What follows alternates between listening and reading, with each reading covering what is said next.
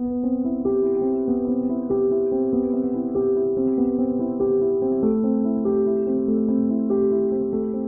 connaissons des joies et des peines au sein de nos couples ou de nos non-couples, et tous avons parfois besoin d'éclairage.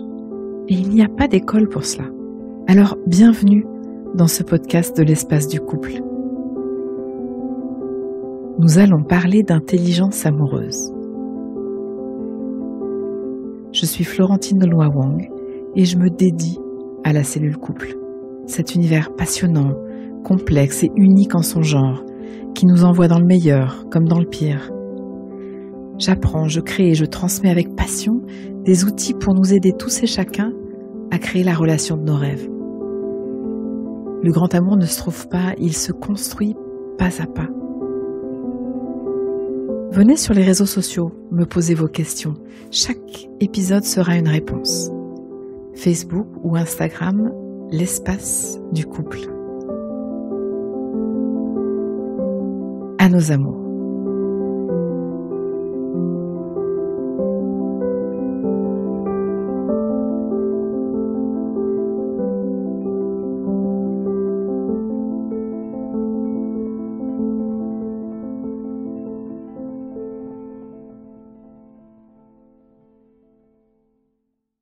Aujourd'hui, la question de Nadia. Pourquoi tant de hauts et de bas en couple? Pourquoi tant de hauts et de bas? Alors en amour, il y a le « je t'aime », évidemment, le « je t'accueille », le « je te comprends », le « je te pardonne »,« je te chéris »,« je prends soin de toi », la polarité réceptive et généreuse presque inconditionnelle. On la retrouve dans l'amour maternant, que les femmes comme les hommes peuvent porter d'ailleurs. Est-ce que vous savez que les pères qui s'occupent de leurs bébés en proximité, qui les changent, qui les câlinent, qui les nourrissent, qui les babillent, se retrouvent avec des taux d'ocytocine similaires aux mamans qui maternent? L'ocytocine est l'hormone du lien, de l'attachement. Elle est non genrée, mais attachée à nos comportements, c'est incroyable. Pas d'identité de genre pour l'amour. Alors l'amour je t'aime va choyer, câliner, rassurer, réconforter, prendre soin. Il est doux, délicieux, il est tendre. Et puis il y a l'amour, je veux le grand toi, l'autre face de l'amour, l'autre facette, le fierce loving, l'exigence. J'ai vu la merveille, je sais la merveille que tu es. Redeviens-le, sors de ton hibernation, vis le grand toi, ouvre tes congélateurs, bon sang de bois. Je vais te bouger, tu sais quoi, je vais te pousser, te tirer, te chahuter, te secouer vers ton soi le plus élevé, parce que je te veux entier, je te veux vivant, je te veux te donner au monde pleinement et dans ton être essentiel, dans ta mission, dans ta grandeur magnifique. Je ne souhaite rien de plus que te voir sortir de tes impasses. Et sache que j'ai besoin de ça aussi pour moi, pour que tu m'aides avec mes propres blessures, et vice-versa. Je vais appeler chez toi ce que tu as de plus difficile à offrir pour penser mes psychiatrices. Et par là même, je vais t'offrir de retrouver du grand de toi, des parties de toi en léthargie, des aspects de toi que tu as dû congeler dans ton enfance. C'est un pacte gagnant-gagnant, mais à l'aveugle, sans conscience, sans intentionnalité, ça fait de la crise. C'est parfois dangereux, on se blesse beaucoup, on s'use, on peut fabriquer à deux un cauchemar très épais. L'amour, je veux le grand toi est intraitable. Il est dur, il est effrayant, il ne sait pas négocier. L'amour, je t'aime, nourrit et répare. Assez. La juste dose pour permettre d'ouvrir les perspectives. Il donne la sécurité pour oser, pour retrouver la permission de risquer. L'amour, je t'aime, nous étaye, nous énergise. Alors, l'amour, je veux le grand toi intervient et se fraye un boulevard, sans complaisance, presque sans pitié. C'est une course de relais, entre l'un et l'autre.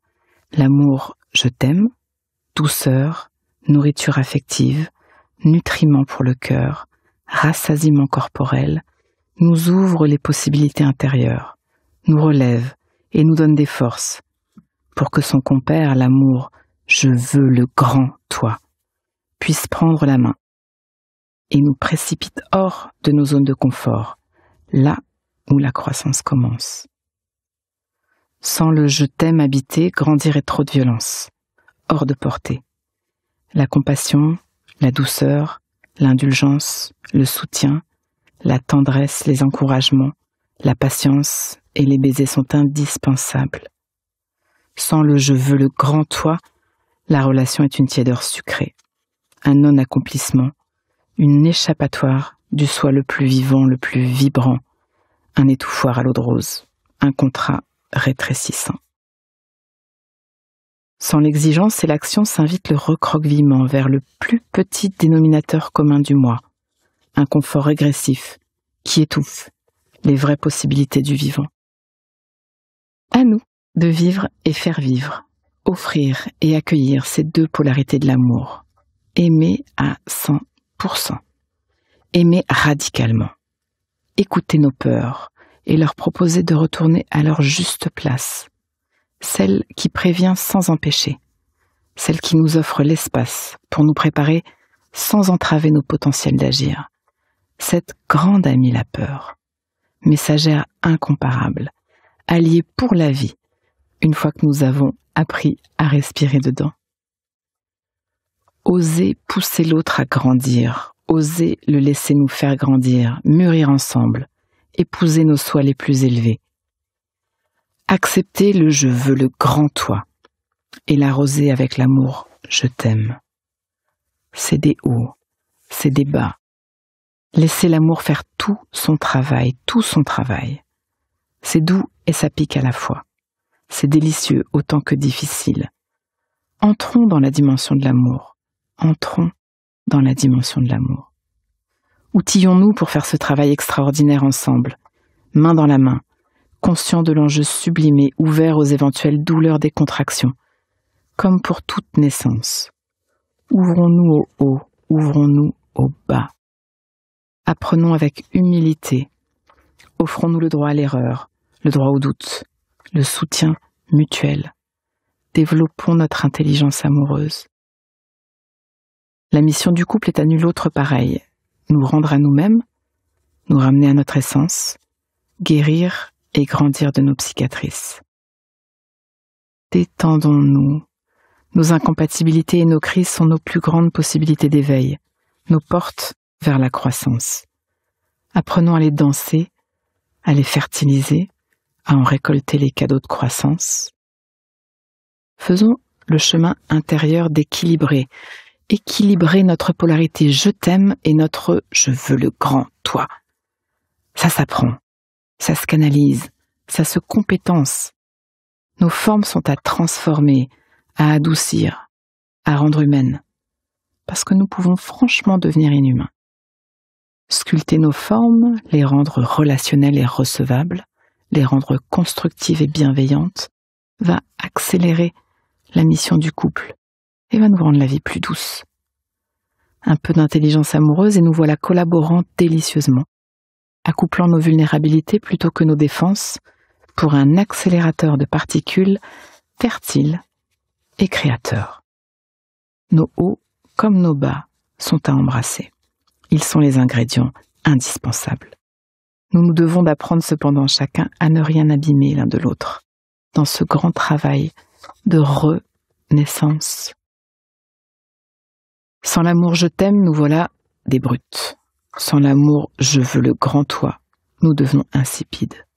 Nous avons besoin de l'un, de l'autre. Apprenons à aimer grand, apprenons à émettre l'amour grand et apprenons à recevoir cet amour grand.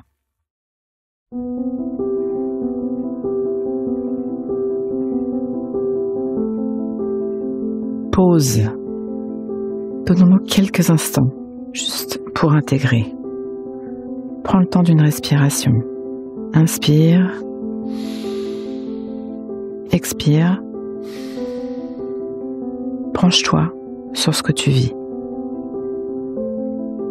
Une chose que je comprends alors pour ma vie amoureuse, présente ou passée, c'est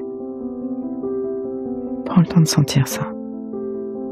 Et ce qui me touche le plus dans ce que je viens d'entendre, c'est décante. Laisse-toi récolter ce qui vient.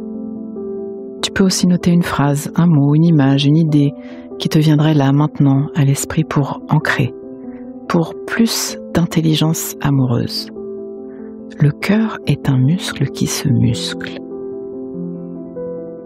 Ce podcast est écrit et exprimé par Florentine Daunois-Wang, produit par les podcasteurs et mis en musique par Laurent Aknin. À très vite pour un nouvel épisode. À vos amours.